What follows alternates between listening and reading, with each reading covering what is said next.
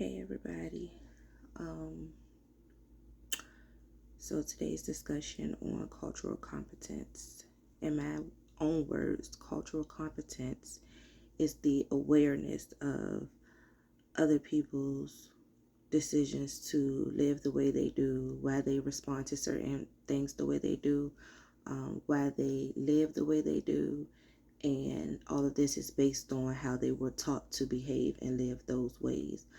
So pretty much being competent about another person's culture is just being aware of the differences that they may have in comparison to the culture that you grew up in, and having an open mind and understanding to the fact that we all do things differently based on our belief and value system.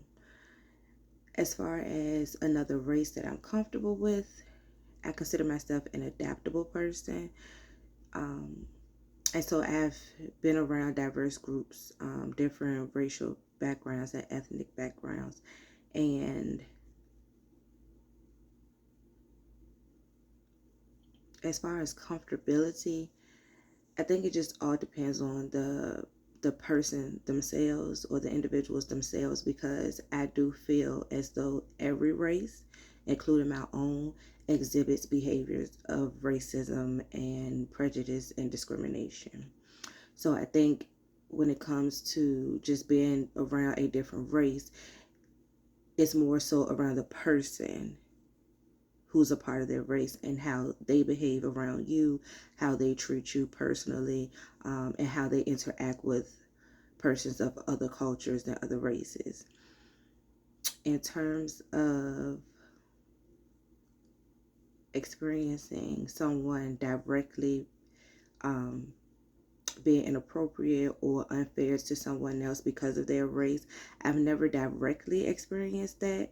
Every time that I've seen that happen, it was more so contingent upon the person's position.